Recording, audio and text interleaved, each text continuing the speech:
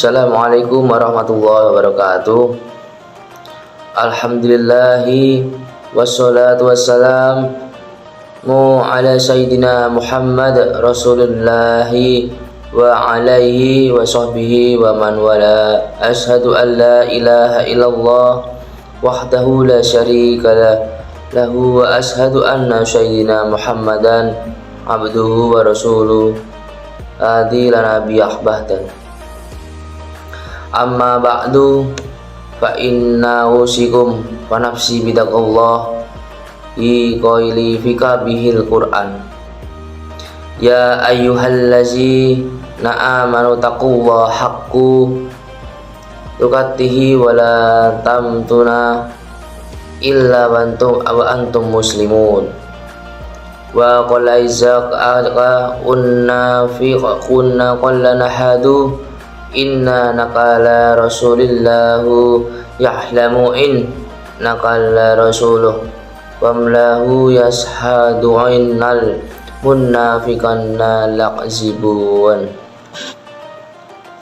Hadirin jamaah yang berbahagia, marilah pada saat yang berbahagia ini kita bersama berusaha meningkatkan ketakwaan kepada Allah Subhanahu wa Ta'ala, dalam arti berusaha menjalankan apa yang diperintahkannya semampu kita dan menjauhi segala apa yang dilarangnya seoptimal mungkin. Mudah-mudahan kita termasuk ke dalam golongan hamba-hambanya yang beruntung baik di dunia maupun di akhirat. Amin ya rabbal alamin. Hadirin jamaah yang berbahagia, suku bangsa adalah sekelompok manusia yang memiliki persamaan ciri dan budaya. Suku bangsa sangat berkaitan dengan asal-usul, tempat asal, dan kebudayaan. Terdapat sekitar 1128 suku bangsa yang ada di Indonesia. Wilayah Indonesia yang luas dan berbentuk kepulauan mempengaruhi keanekaragaman budaya bangsa Indonesia. Indonesia sebagai sebuah negara yang masyarakatnya majemuk, terdiri atas berbagai suku, ras, adat istiadat, golongan, kelompok, dan agama, serta strata sosial. Kondisi dan situasi seperti ini disadari keberadaannya dan dihayati. Namun, ketika perbedaan tersebut mengemukakan dan menjadi ancaman untuk kerukunan hidup, perbedaan tersebut menjadi masalah yang harus diselesaikan. Indonesia adalah bangsa yang sangat plural dan majemuk. Sebagai bangsa, Indonesia memiliki beragam agama, suku, adat istiadat, aliran politik dan aliran keagamaan, dan kelompok-kelompok kepentingan lainnya. Founding fathers kita dalam membangun negeri ini sangat mempercayai bahwa perbedaan ini bukanlah hambatan. Kemerdekaan yang kita capai 60-an tahun yang lalu menunjukkan bahwa perbedaan yang ada justru dapat kita jadikan simbol persatuan dalam perbedaan. Ini diwujudkan dalam salah satu pilar dari 4 pilar kehidupan kebangsaan kita, yaitu Bhinneka Tunggal Ika. Perbedaan yang ada pada bangsa kita saat ini sering mendapat ujian. Berbagai kasus kekerasan yang terjadi di kalangan ini menunjukkan bahwa perbedaan yang ada masih kurang kita sikapi dengan arif dan bijaksana, baik perbedaan karena pandangan agama, pandangan politik, kepentingan ekonomi, tingkat kesejahteraan, dan lain sebagainya.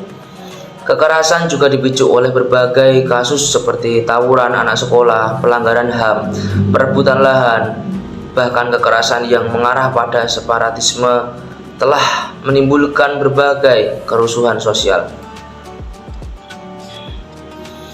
Islam mengajarkan hubungan dan kerjasama dalam bidang-bidang seperti bidang politik maupun budaya tidak dilarang, bahkan dianjurkan sepanjang berada dalam ruang lingkup kebaikan. Tuhan menciptakan manusia beraneka ragam bentuk fisik, warna kulit, bahasa, dan budayanya. Jika perbedaan itu kita sikapi dengan positif, maka akan bermanfaat sekali, karena setiap kelompok masyarakat memiliki kelebihan dan kekurangan. Ada yang memiliki keramahan, ketegasan, jiwa dagang, dan lain-lain yang jika dikolaborasikan akan bermanfaat untuk menciptakan kesejahteraan semua kelompok masyarakat, sebagaimana firman Allah dalam surat Al-Hujurat ayat 13 yang berbunyi, Ya ayyuhan nasu inna khalaqnakum min dzakari wa ansa wa ja'alnakum sya'uban qabaila lita'arafu inna akramakum indallahi atqakum innallaha aliman khabir. Yang artinya, wahai manusia, sungguh kami menciptakan kamu dari seseorang laki-laki dan seorang wanita dan menjadikanmu bersuku-suku dan berbangsa-bangsa agar kamu saling mengenal. Sungguh orang yang paling mulia di antara kamu di sisi Allah adalah orang yang bertakwa. Sungguh Allah Maha mengetahui lagi Maha mengenal. Surat Al-Hujurat ayat 13. Hadirin jamaah yang berbahagia, melihat hal ini sebagai bangsa Indonesia dan utamanya sebagai Islam yang beriman kepada Allah Subhanahu wa Ta'ala, kita dituntut untuk menjelaskan bagaimana kekerasan itu seharusnya tidak terjadi dan tidak perlu terjadi. Sebagai bangsa, kita sebenarnya memiliki falsafah yang kuat, yaitu falsafah Pancasila sebagai bagian dari 4 pilar kebangsaan selain Undang-Undang Dasar 1945, NKRI, dan Bhinneka Tunggal Ika. Kita perlu menghayati dan mengamalkannya kembali agar tetap bersatu mewujudkan kesejahteraan yang kita cita-citakan. Kita perlu mewujudkan toleransi antar sesama umat beragama, mematuhi koridor hukum dalam menyelesaikan setiap persengketaan, dan tetap menegakkan keadilan dan kebenaran dalam kondisi apapun.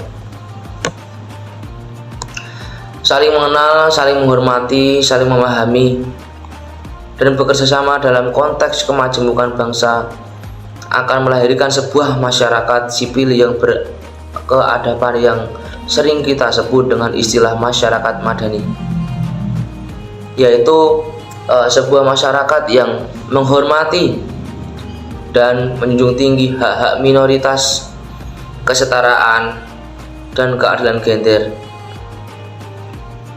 Persamaan di muka hukum, menghargai perbedaan agama, etnis, dan budaya. Inilah masyarakat ideal, yaitu yang kita cita-citakan bersama, yakni masyarakat yang demokratis, di mana warganya selalu mengedepankan dialog, musyawarah, dan menghindari segala bentuk kekerasan dan konflik-konflik sosial. Ukuran penghargaan dan kemuliaan bagi manusia hanya dapat diraih lewat kualitas dan prestasi yang diraih oleh manusia, dan dalam ayat tersebut digambarkan dengan kualitas ketakwaannya, menyadari akan kelebihan yang dimiliki oleh sebagian yang lain. Allah Subhanahu wa Ta'ala menganjurkan kepada kita untuk saling tolong-menolong dan berbagi dalam kebaikan. Ta'awanu 'alal birri wa taqwa wa la ta'awanu 'alal ismi wal udwan. Namun dalam keseharian manusia terkadang keluar dari jati diri yang kehambaannya karena status yang diraihnya, kedudukan, kekayaan, dan atau ambisinya yang beriring dengan kecemasan dan hawa nafsunya. Cara pandangnya dalam menyikapi perbedaan berubah dan jauh dari garis yang ditetapkan oleh Al-Quran. Kekuasaan, kesuksesan, dan kekayaan tidak digunakan untuk saling berbagi dan saling menolong dalam kebaikan, tetapi untuk menindas dan mengeksploitasi orang lain untuk memperkukuh kepentingan dirinya. Hadirin Jumat yang mulia, masyarakat madani yang demikian tentu saja tidak bisa terbentuk begitu saja, tetapi harus kita bentuk dan kita rajut secara bersama-sama. Salah satu langkah kecil yang dapat kita lakukan adalah mengikis sikap egois, seperti egoisme individu yang mementingkan diri sendiri maupun egoisme kelompok yang mementingkan kelompok dan golongannya sendiri. Bahkan di zaman Rasulullah masih hidup sekalipun, para sahabat sering berbeda pendapat dalam menyikapi perintah agama baik dari Al-Quran maupun dari sabda Rasulullah SAW. Salah satu contohnya adalah perbedaan pendapat Nabi dalam suatu perjalanan ke perkampungan Bani Quraisyah, di mana Nabi berpesan kepada kafilah sahabat agar tidak sholat asar sebelum sampai ke perkampungan Bani Quraisyah. Rasulullah bersabda, "Janganlah ada seorang pun yang sholat asar kecuali di perkampungan Bani Quraisyah." Hadis riwayat Bukhari. Di sini maka upaya untuk mempererat hubungan manusia dengan manusia tidak bisa lepas dari usaha toleransi. Sikap toleransi memiliki pengertian yang sama dengan saling menghormati dan menghargai satu sama lain dan saling gotong royong membantu masyarakat lainnya. Oleh karena itu, sikap toleransi sangat perlu dikembangkan karena beberapa alasan di bawah ini. Yang pertama, sebagai makhluk sosial tidak bisa lepas dari bantuan orang lain. Jadi sikap toleransi itu sangatlah perlu dilakukan sebagai makhluk sosial yang memerlukan bantuan terlebih dahulu. Maka kita yang hendaknya terlebih dahulu mengembangkan sikap toleransi itu sebelum orang lain yang bertoleransi kepada kita. Jadi kita memerlukan bantuan orang lain, maka dengan tidak ragu lagi orang itu pasti akan membantu kita, karena terlebih dahulu kita sudah membina hubungan baik dengan mereka, yaitu saling bertoleransi. Yang kedua, sikap toleransi akan menciptakan adanya kerukunan hidup. Jika dalam suatu masyarakat masing-masing individu tidak yakin bahwa sikap toleransi akan menciptakan adanya kerukunan, maka bisa dipastikan jika dalam masyarakat tersebut tidak akan tercipta kerukunan. Sikap toleransi dapat diartikan pula sebagai sikap saling menghargai.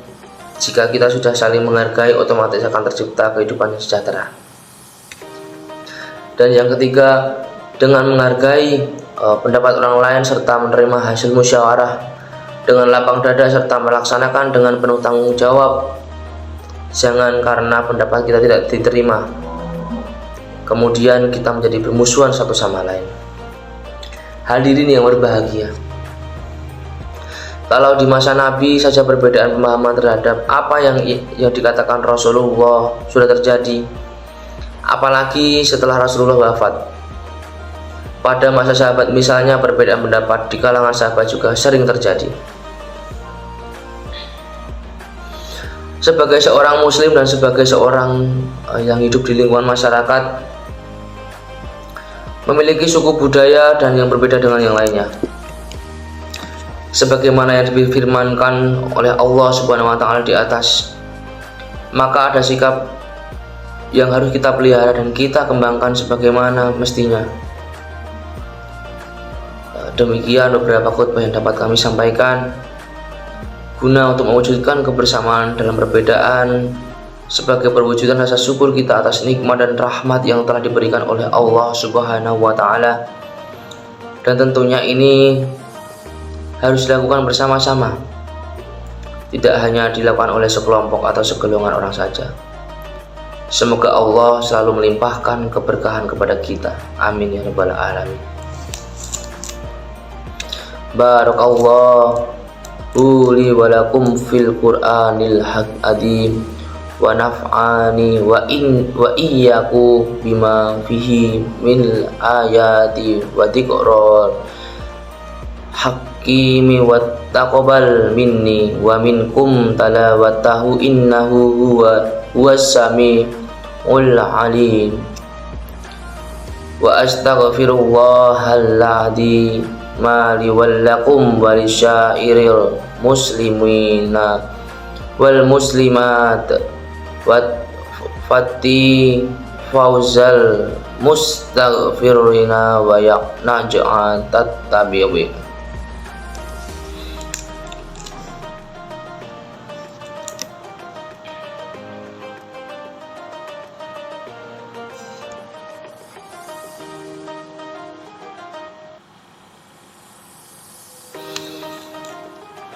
Alhamdulillah illadzi an'amana bi ni'mati imani wal salam.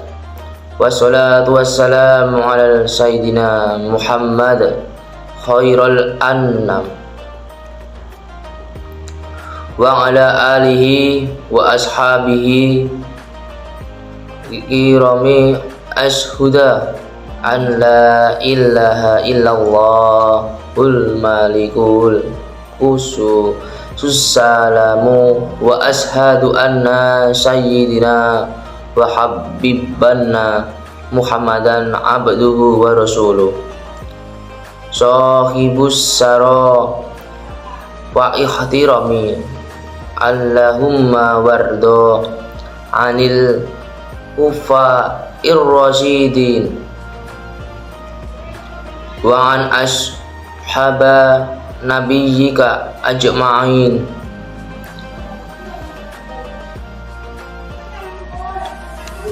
wattabi'ina wattabi'ihim illa yaumiddin. Allahumma ghafir lil muslimina wal muslimat wal mu'minina wal mu'minat alhummada annal ala awal waba awat ta'una wal amra wal fatana man la yadfa'u ghairaka an billadina hada innadu nisayya khasatun wa hansa ribilladil muslimina amatan ya rabbal alamin. Rabbana atina fid dunya hasanah wa fil akhirati hasanah wa qina adzabannar. Ibadallahu innallaha ya'maru bil ali wal ihsani wa yanha 'anil fahsai wal munkar. Ya'idukum la'allakum tadhakkarun fadhkurullaha adima yadhkurkum washkuruhu ala ni'amihi yazidakum wala dzikrullahi akbar. Wassalamualaikum warahmatullahi wabarakatuh.